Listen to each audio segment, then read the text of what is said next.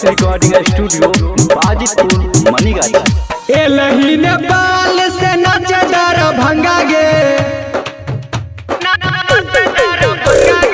एलही नेपाल से नाचे दरभंगा गे, तोरे चलते भेल यार केस्टा में दंगा गे, पूरो सब बोले देखे छोटे छोटे अंगा गे, तोरे चलते भेल दरभंगा में पंगा गे, एलही नेपाल से नाचे दरभंगा गे, तोरे चलते भेल यार केस्टा में दंगा गे।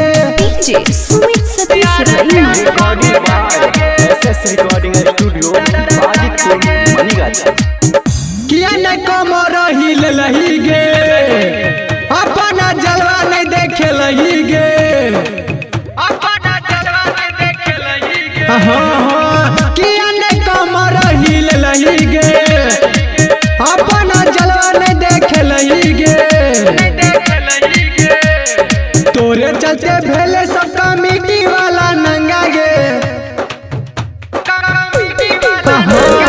तोरे चलते भेले सब कमिटी वाला नंगा गे, तोरे चलते भेले दरभंगा में पंगा गे, एलही नेपाल से नाचे दरभंगा गे, तोरे चलते भेले यार केस्टा में दंगा गे। Sumit Satish S recording studio Bajitpur Manigachhi.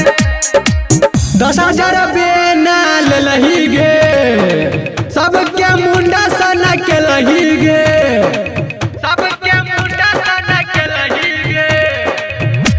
हाँ 10,000 बेनाल लही गे, सबके मुंडा सना के लही गे, राइटर रोशन सुमन तोहर खोल दे तो अंगा गे,